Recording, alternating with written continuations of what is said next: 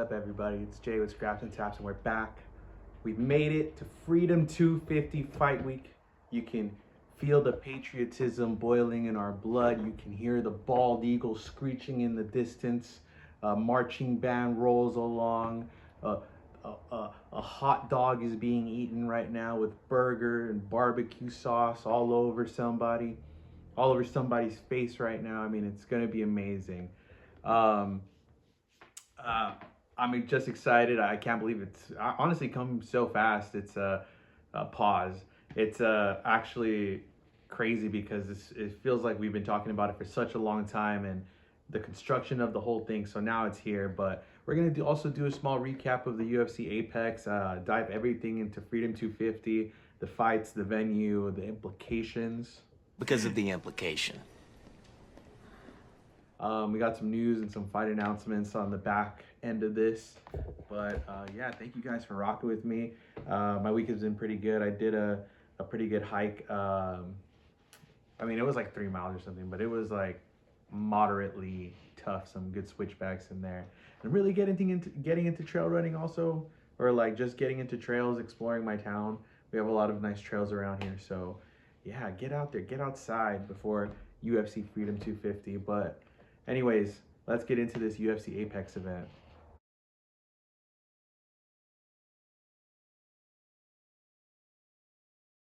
So this Saturday we had a main event, Gabriel Bonfim versus Belal Muhammad. All 3 fights at the top ended in decisions. I think the only notable win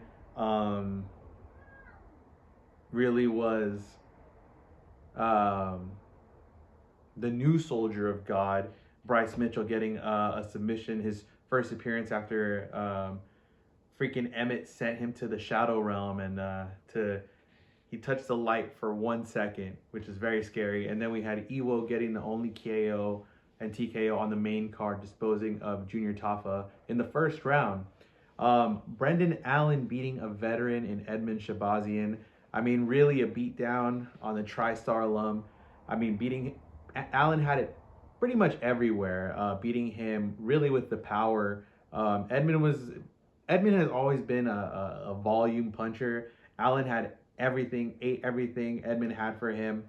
I think even at some point during the second round, he said Edmund went to his corner acknowledging that he was down 2 rounds, which I think was obviously correct. But Edmund was just trying to muster up some energy. He had some very small openings. I mean, like I said, Allen's a very tough fighter, so he really couldn't do much. And Allen busted up Edmund's face and rode that all the way to a win. And then Gabriel Bonfim, I mean, absolutely put a clinic on Belal Muhammad. 50-45 him all around. Bonfim ate every shot Belal had. And wore the damage so well. I mean, I think at some points Bonfim was just smiling, having fun in the cage there. But Belal, he also ate a lot of shots from Bonfim, and he didn't. I mean, obviously his face was fucked up, but he didn't go down as much as I thought he would. He got caught with some clean hits. But Bonfim getting the win, the most high-profile win of his career with Belal Muhammad. And that was pretty much it for UFC Apex. I mean, there was some other things on the card, but I don't want to get to. Not that I want to get to it, but I mean, it's a slow day. Come on, guys, you gotta give me a little break here, okay?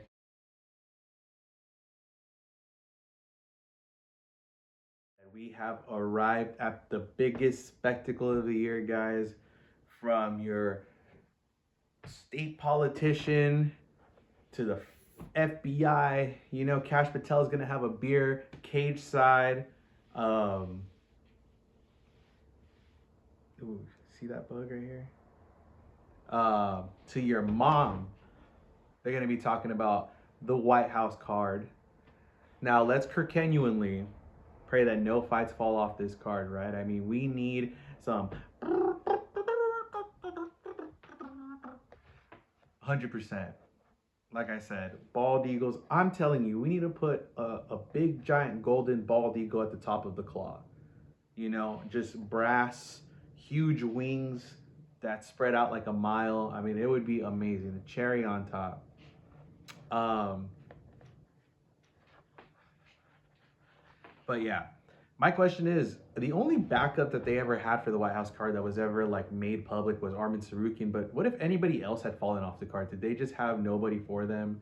I mean, I feel like that would be dumb. Or they're just telling them to not train so heavy so they can all make it to this card.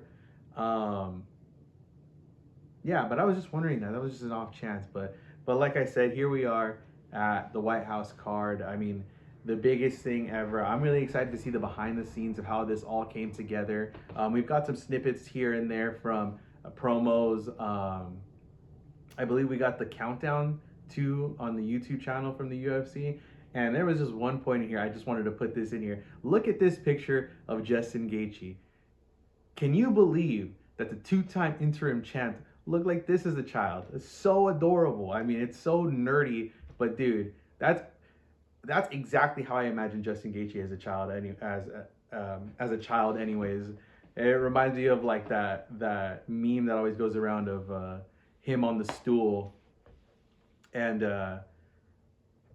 yeah. So I mean, the countdown, dude, has been amazing. Like the way they're telling the story on the countdown is amazing. I mean, obviously it's Freedom 250 and all that, but I mean the stories just of all these fighters, Ilya, Taporia, how he made his way to the top, Justin Gaethje, I mean, cutting his teeth at WSOF, then becoming the highlight and knocking dudes out. I remember when he knocked out James Vick. That was a crazy knockout because James Vick was talking so much shit. And I mean, like I said, let's go back to Ilya Taporia. I mean, crazy main event. These guys knocking, and Ilya knocking out freaking Charles Oliveira, Max Holloway, Volkanovski. I mean, leaving, and even then having his chin tested, crazy, crazy. But let's talk about the venue a little bit. Obviously, the venue, big draw. It's really the main spectacle of all this. It's the crux of why it's being talked about as the biggest event. You know, the White House. Okay, I mean, you're telling me that where the president lives is gonna have just a piece of his lawn dedicated to fight. I mean, can you imagine waking up to the claw outside of your window in the morning? And the thing I like about it is it's really opening up these like Street Fighter-esque, Tekken-esque events where, you know, we had Fight Island in 2020 during the dark ages of modern civilization. And from boxing, we had the Times Square event that didn't really look like anything, I believe. And then we had the pyramids that looked fucking insane. I mean, that is so cool to have a backdrop like that. And now the UFC with the fucking White House. I mean, I cannot wait to see how this looks. And what a favor that Trump did for Dana. You know, one of his biggest supporters since the early days of the UFC, had him fighting at his casinos because he believed in the sport. And I guess maybe it's obviously Trump is a huge fan. I mean, it's insane, right? I mean, he's been with this sport for such a long time, helping financially with the UFC as well. Just to lend him his lawn, you know, where he lives. Dude, to Trump, this is just his backyard. He's like, yeah, dude, go take the south of my backyard and we'll put a fight there, like bum fight type shit.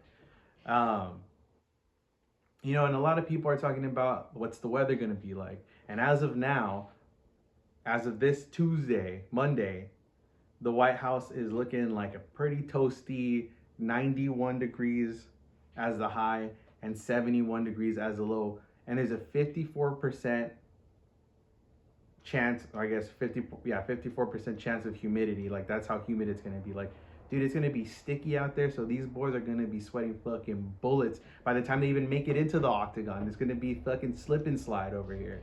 It's going to be fucking water world over here. Like, it's going to be interesting. I mean, there's not a lot of fights that have gone on outside. I mean, local events, sure, but like to this thing with that much hardware that's on top of you, like, yeah, those many lights, like, I really wonder what it's going to look like, and you know how they're going to adapt to all these, because I mean, I really do believe that anything weather or production wise will be figured out by the start of the show. I mean, if this is a multi-billion-dollar company, I kind of would be really upset if something kind of went wrong with the lights or the weather or this. Like, dude, it's 2026, bro. Like, there's got to be some fucking classified Area 51 type stuff that we don't even know for productions like that drive bugs out or fucking like, ooh, good idea here because mosquitoes, right? Like an EMP that just kills every mosquito but harms no human, no animal. Maybe like an animal does like a high ring pitch or something like that. So you know that they're dead, right? Anyways, I'm just thinking out loud here. Um, but yeah, I'd be really upset if they just can't get it together before the show starts and when the broadcast starts.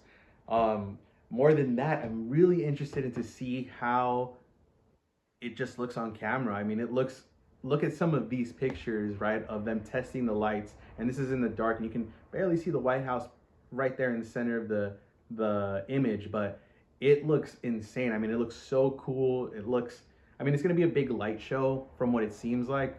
You have the facade of the American flag that looks like it's painted on, but the lights are gonna be something that you can see from the whole thing. I mean, talk about a big target, right? Um,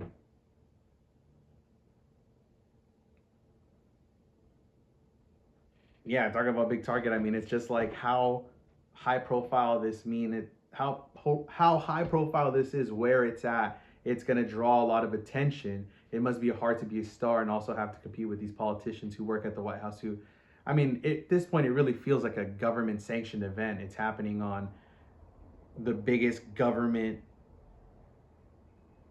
institution, iconic building in United States history, and which I think even Bryce Mitchell had a point about this at his pre-fight press conference before this fight, and he said something along the lines of like the government shouldn't entertain people, which I understand his sentiment. It's almost mind blowing to think that it's happening. I guess like it's truly happening. Something that was just thought up, how much went into planning. I mean, it feel like it's gotten here so quick, and at the same time, it feels like we've been talking about it for fucking ever. You know, like we've been waiting for this forever, waiting for the matchups to be announced, waiting to see who would take that top slot. You know, the speculation of what the card would look like, because when we finally got a date, that's when it finally got real for everybody and was like, oh shit, okay, we have a date. You know, and then that's when all the speculation of what the card should look like was going on. And so it's just yeah, it's a very interesting, unique position to be in. I mean, it's trying to say these things are not political, but for me, I don't take it political as shit because I just like the fights. You know, I don't care. It's cool where they're having it. I mean, it's just interesting. Like I guess too, when you look at it socially, it's like, man, we are in the middle of technically a war that, as of today, this Tuesday, is technically back on because of other people doing shit, and we have to just kind of like, oh, let's go back to it. Like, I mean, it's crazy. We won't get into that, but it's like, and going back to this, it's like all these people have come out and said that. Joe Rogan has come out and said that that's how would this look in a war. Even Shane Gillis said something on this, more on the assassination side, which even Joe has said. Because it's gonna be sick as fuck, dude. It's on the White House lawn. Yeah. And their new lawn, it's like new, right? Sick, dude. Didn't they just like make it for this? Yeah. Yeah, they're like still building it, I guess, right? Yeah. That giant dome. I mean, it's Also, if you get hit, if somebody blows it up, it's a good way to go. Yeah. Then You know what I you're mean? sure to get a mural. Yes. You'll get a mural. It'd be a crazy mural. Attending to the UFC. It'd be crazy. It's you, Kid Rock, Me, Trump. Kid Rock, Trump. Yeah. Yeah, it might not Theo. be. Yeah, Theo. Rogies.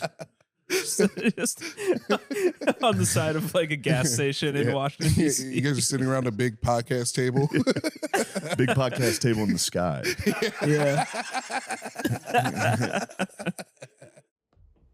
And it's a very real possibility when you look at it, just at the height of everything going on. And if you're somebody here who ignores that, then get the fuck out of here, because honestly, you cannot be that fucking ignorant at this point and how heightened things are getting. Like legit, it's kind of insane.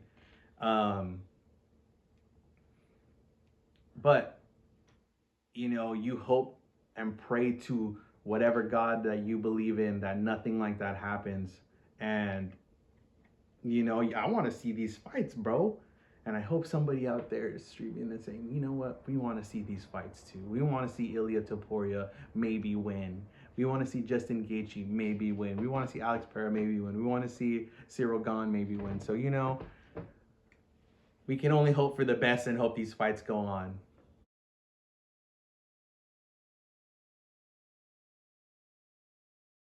Sorry.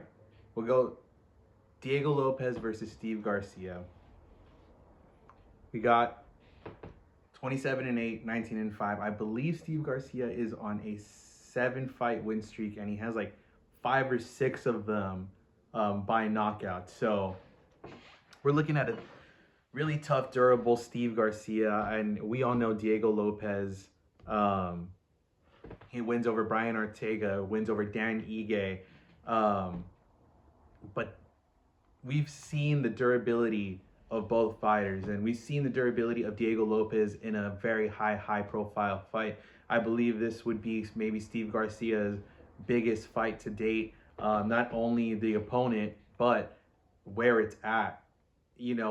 Steve Garcia getting to slide in here is having such an opportunity to make a name off of Diego Lopez, who has been in there with multiple title contenders, who's fucking sat there and sat on his punches and got down on his mouthpiece and said, fuck this, I'm going to swing with you, and gave no inch. So both of these guys, I mean, this could easily be fight of the night. I mean, if we're going to start out this way, can you imagine what the other fights look like? I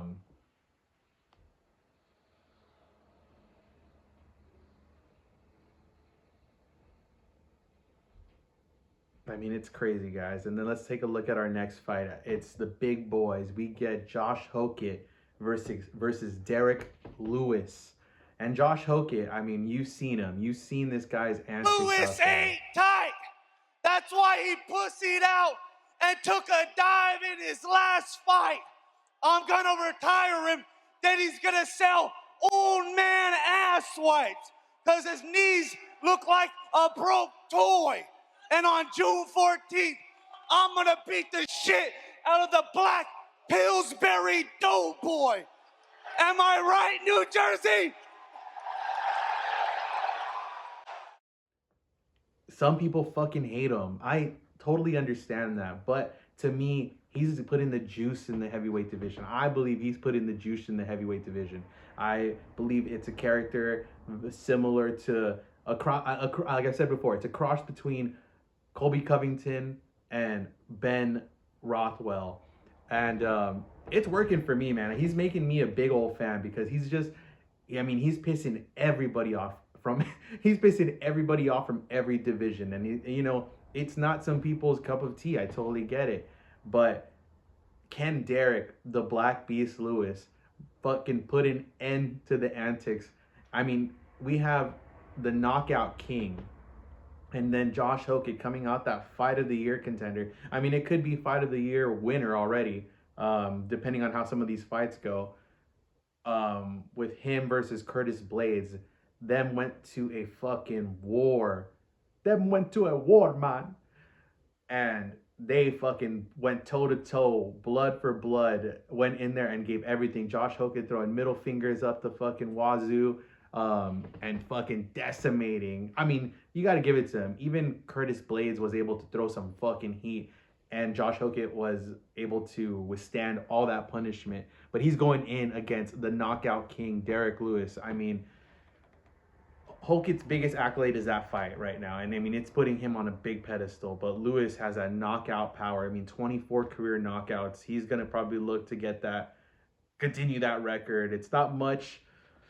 I mean, you can't really break this fight down, because what it really seems like it's going to happen is these guys are going to fucking go for each other's head, and they're going to try to knock it off of their shoulders. I mean, I would be so fucking surprised if this...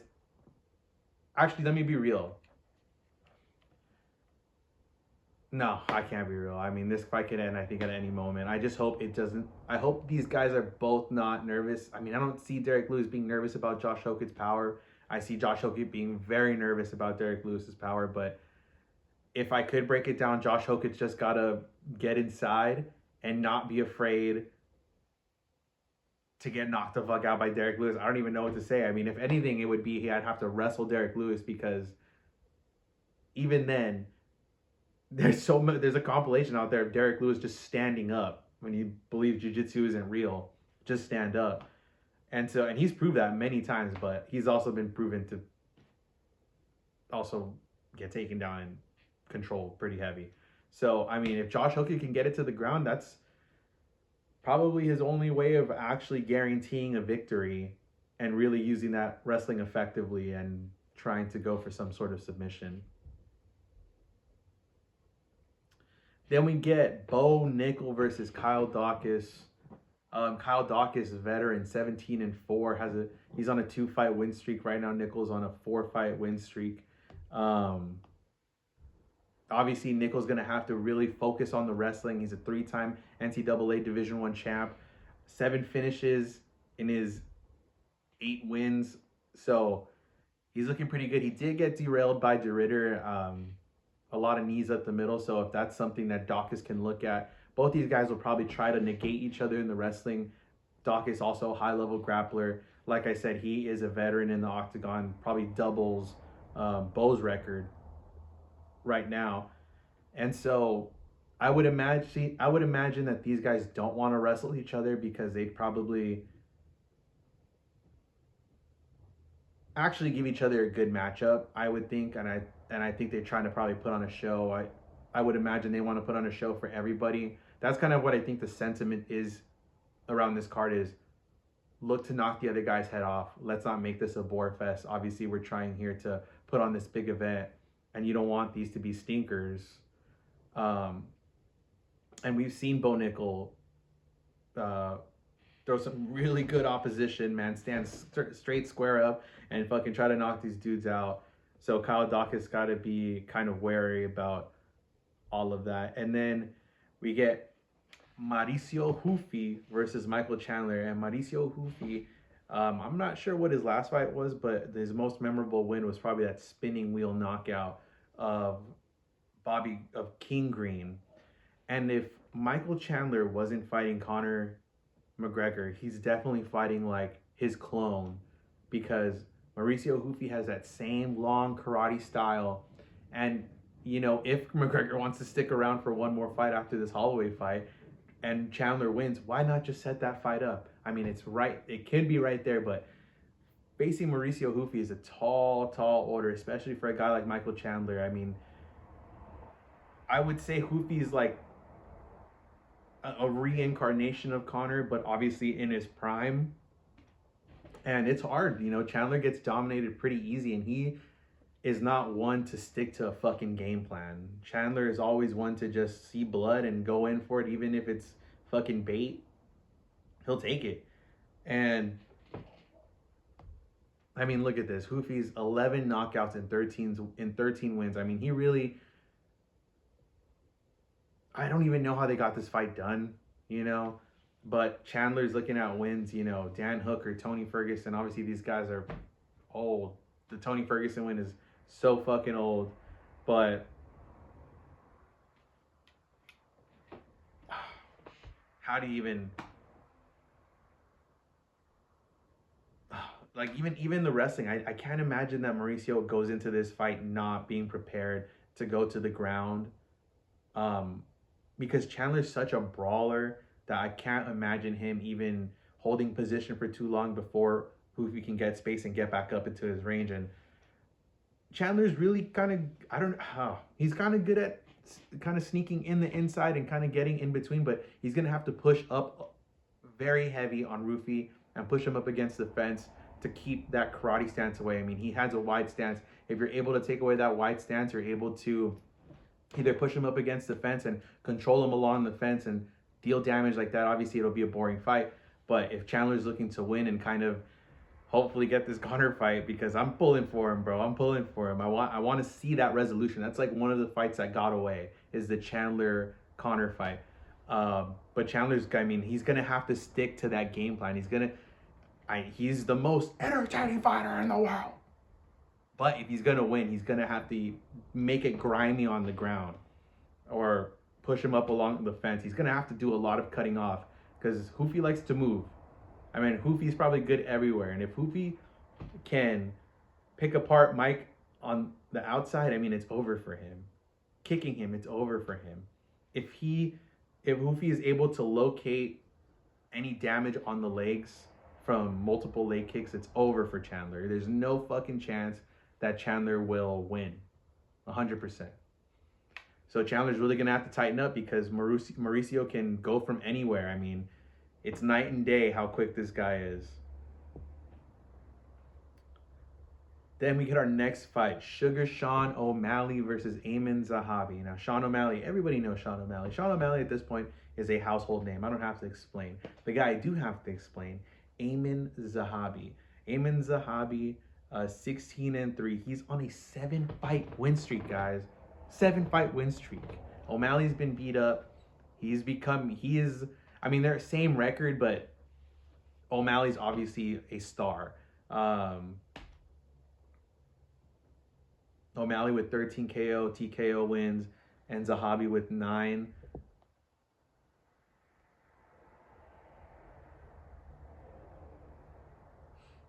You know the wins from O'Malley: Aljamain Sterling, Marlon Chito Vera, Piotr Jan.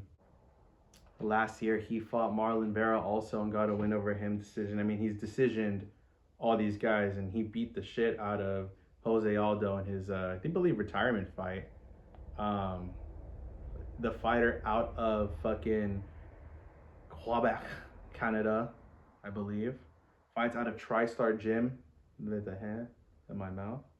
Fights out of TriStar Gym where the coveted GSP would train. Rory McDonald. His brother is the head coach for Firas Zahabi. I mean, and Firas Zahabi was a successful fighter, I think, at some point. So, I mean, Amin really does have the tools. It's more of, can Sean come back from these losses and get himself back into a winning shape? I mean, he's a former champion, and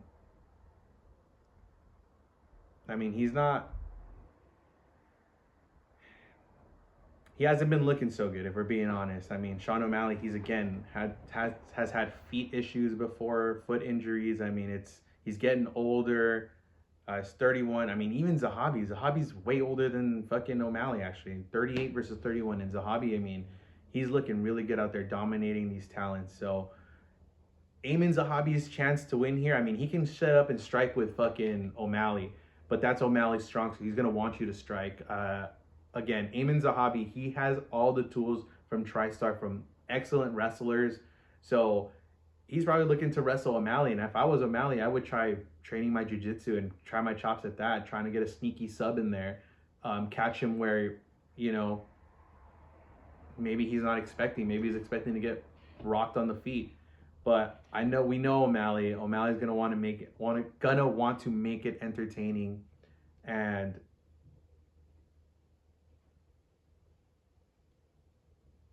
I don't know. Amin's pretty tough, man. O'Malley has got a lot to look out for. I mean, I feel like Amin's a more well-rounded fighter. Sean's gonna want to keep it on the ground again, pick apart his fighter, Amin, from the outside. Maybe try to zap his gas tank a little bit, but that's a tough fight to call. Amin's a really, really good fighter. And if Sean's not careful, I think he can get a sneaky win in there. Now, let's get to our co-main event, which I think is probably the most high profile, even more to the main event, because we have Alex Pereira versus Cyril Ganin. You know, this is for the interim heavyweight title. This isn't for the main heavyweight title. So it would be Alex, if he wins, he would be winning 3 titles, yes, but it would be an interim title. So it wouldn't be undisputed. Would it be great to see undisputed? We'd have to see Tom Aspinall come back, and that is also something that we'll be getting to on the back end of the pod. But let's get back to this fight. And Cyril Gane, I mean, Pereira 13-3, gone 13-2, so similar records. Pereira on a fucking 4-fight win streak. We know him, hands of stone. You see the tattoo on his hand. Can knock anybody out, but this is his. I think is his first fight, right? Am I tripping?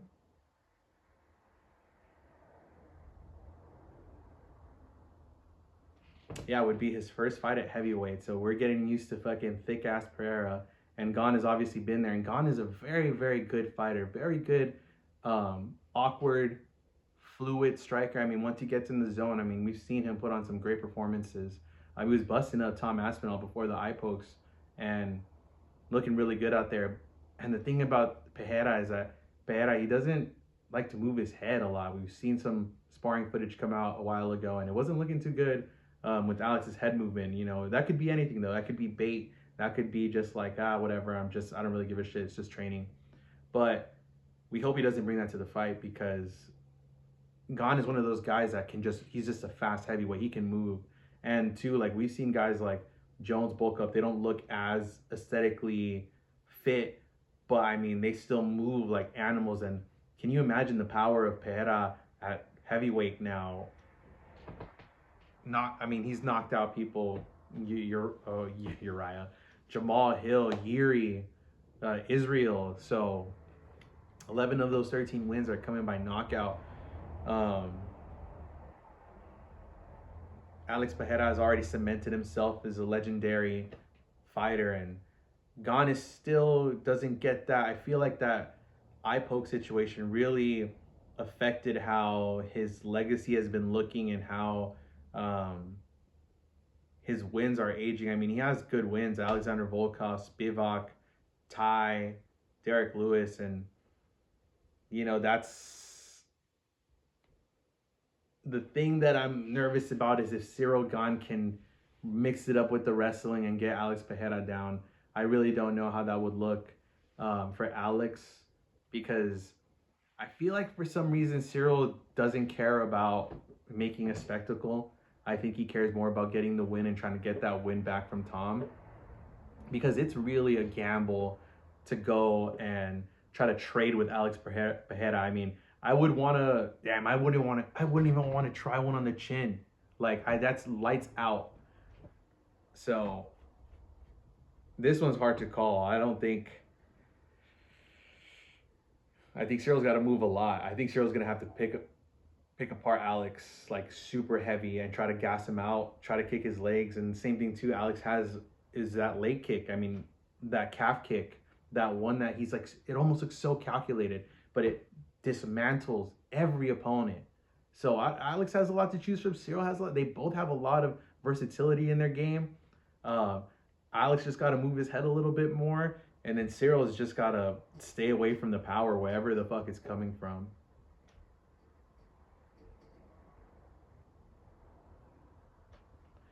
Now, let's get on to our main event. Ilia Topuria versus Justin Gaethje. 17-0. 17-0, guys. That is what Justin Gaethje is coming up against. Justin Gaethje on a 3-fight win streak. I mean, let's look at this. 17-0. But the KO TKO wins goes over Topuria's record.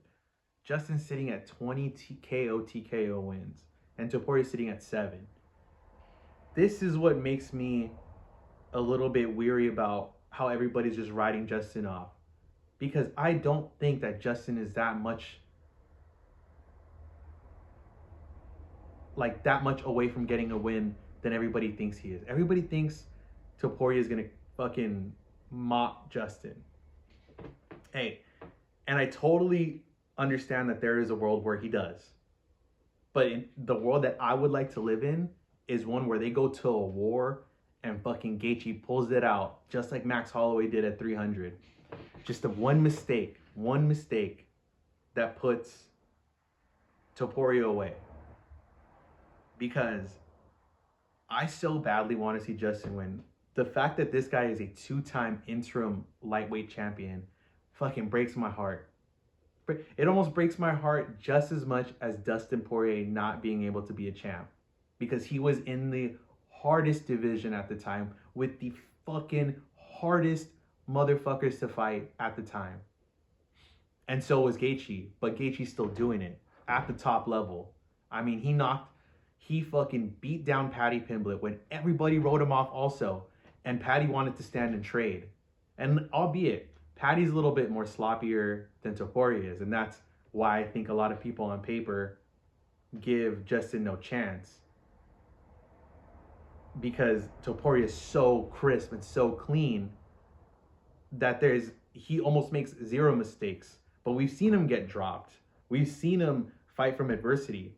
But we've also seen Justin fucking be a whole ass zombie in the middle of the cage and fucking come back when he's also hand to God, pretty much. And Justin's getting up there. He says it as well. It's like it may be his last run at the title. And Topuria is barely getting started. I mean, he's barely getting in his prime. In Topuria's wins, I mean, look at this. Charles Oliveira, Max Holloway, Alex Volkanovski, all KOs. Josh Emmett, Bryce Mitchell. I mean, some others, you know. And like I was saying, Gaethje has fought Paddy Pimblett, fucking beat the brakes off Paddy. Dustin, head kicked him till oblivion. Rafael Fiziev actually put a beat down on him for every round. So the fact that everybody's writing Justin off, it's almost astonishing to me. Like acting like this can't happen, you know? Like it's really insane to me how much people are writing Justin Gaethje off. This guy is called the highlight for a reason. You know, I really want Justin Gaethje to win. I'm putting my pick. Justin Gaethje, knockout. He's going to knock him out. He's just got to tire him out. I think he's also got to keep Topuria guessing. He's got to keep him guessing with the wrestling and try to mix it in. I mean, he even fucked around and did a takedown, I think, in Paddy's fight. And Topuria, I mean, he's so technically sound. So his chance of winning is just astronomically better because he is in his prime right now. So Ilya's just got to keep it super technical, super clean, and I think he could ride away with this one also. There's a world where fucking we just see a fucking flat out war, and we've seen both of these guys. We've seen one guy get dropped. I mean, we've seen another guy in a ton of wars. So they could go war to war, and I would be so happy. I mean, I want to see blood at the end on the mats of the Freedom 250 White House card.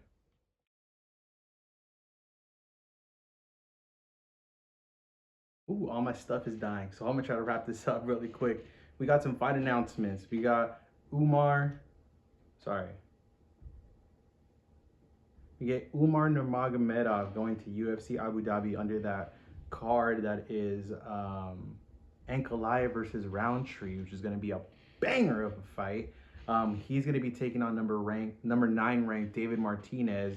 So that's a good, that's a big jump for David Martinez going against number 2 ranked. I mean, look for a wrestling fest. But Usman also is a guy who could really throw some fucking heat. And then we also get a fucking banger of a fight added to UFC 329. That is the return of Conor McGregor. We get T-Rex, Terrence McKinney versus King Green.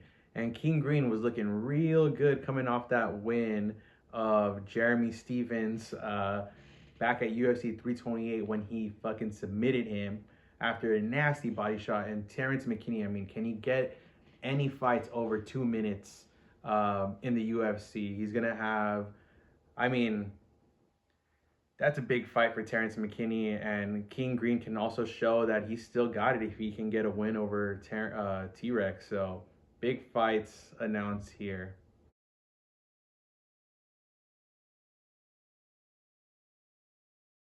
Now let's get to some news. Da-da-da-da. So it feels like it's Tom Aspinall versus the world. Eddie Hearn, who we know is Tom Aspinall's manager, had some words on the state of Tom's contract and didn't really mince any words when talking about it. They haven't invited him to the White House. He's supposed to be fighting the winner. Really interesting what's happening in the UFC right now. They've got to be careful. I'm not going to let Tom Aspinall fight for the kind of money that's in his contract to be involved in a fight against Pereira or Game for literally 1/50th of the revenue of that show. Yeah. Fuck that. I won't let him do it. And he's not going to, it's time that those UFC fighters stop being mugs and started to understand that these people are taking advantage of them. They deserve better. Are you saying Tom's going to retire if they come back and say he's getting through? I'm saying that my advice to Tom Aspinall, don't you dare take that fight for the money that's in your contract. You are one of the biggest stars in UFC. Everybody will be sick to their stomach about the money that Tom Aspinall was supposed to get for that kind of fight. Mate, you don't need that. You nearly lost your eyesight. You want to go back and fight for virtually nothing. It's outrageous. And I will not. I'll do everything I can to not. The thing is, I'm seeing a lot of hate, and I'm seeing the tide turn on the love and grace for Aspinall from the Gone fight till now. I feel like Tom's time in the UFC is getting tougher and tougher as a champ, and he's on very thin ice from not being invited to the White House card yet, and from what Eddie's saying, I feel like Tom is kind of in this Conor McGregor situation. They were kind of in the same position, and it's because I think Conor was still fighting on that pay-per-view model, and Tom was also fighting on that pay-per-view model, but their contracts are obviously switching to the streaming service. So with the shakeup, right, both of them hadn't successfully transitioned into the new model, which, for Conor also, he's out on injury, broken leg, but also Tom was on injury with the Gone eye pokes. Both which could have completely derailed both careers, which in Conor's sense, you can kind of argue that his prime is past and maybe he's just fighting off the rest of his contract. But you have Tom, who is an active heavyweight champion who just got caught up in some fuckery by another opponent. And Conor, the difference is he also had all the bargaining chips. He was a bona fide star making his debut. Everybody was already talking about him, and as he rose up, he is who he is today. Multiple businesses, multi-millionaire, co-owner of bare knuckle fighting championships. Crazy, right? I'd like to take this chance to apologize to absolutely nobody. The double champ does what the f*** he wants. And Eddie's been keeping Tom's name alive, and it's hard to fight for someone whose job is to fight, but they can't fight because one of the two guys fighting for the interim title is the one who caused the injury to Tom's eye, which has drawn a lot of criticism, even from Michael Bisping, who supposedly him and Tom are really good mates, but he says he's been very vague with all the details. He said he had surgery, recovered, came back, and fought and had a fight in a shorter time than Tom did, is what I'm assuming. And Paul Felder added to that. He says, I feel like in this situation with got Aspinall very bitter and angry, and he thinks he's above fighting in the UFC. And I read that backwards, so sorry. But it's very interesting to see, like I said, everything is turning around here, and my iPad just died, so I'm going to try going off the top. But it's very interesting to see how even all this is getting to, I think getting to the fans of Tom. And I feel like Tom obviously is trying to ignore all the hate, ignore all what's going on around him. But it's kind of hard when two guys are fighting for the interim title and people are questioning the validity of the injury, especially from somebody like Bisping, who is a one-eye blind fighter. Or was a one-eye blind fighter. So it's interesting to see the turnaround in Tom, kind of the back and forth now between Eddie and Dana, which both of them are fucking hating each other's guts right now, and I'm here for it because it's just something that it's getting better and better and better with the bitterness that's going on. Obviously, it sucks because they're keeping an active champion on ice, but it's true. Everybody's got to make their money. Nobody complained when Conor did it because Conor's a champ. Conor's the biggest star. Everybody's going to watch no matter what. But it's something different for Tom because Tom is not this huge star anymore. Tom could have been a star, but how everything's been playing out between him and the UFC has been so disrespectful to your champ. I'm getting the same vibes of Aljo being disrespected, a lot of things like that. So it's putting Tom in a tough position because now you guys you're fighting over this guy's career who's in the prime of his life and wasting this time. So now it's getting pretty interesting on the business side, but it sucks for Tom because he's now wasting the prime of his years because of an injury and not really being respected for it. Or I mean, it's tough. It's a tough position to be in.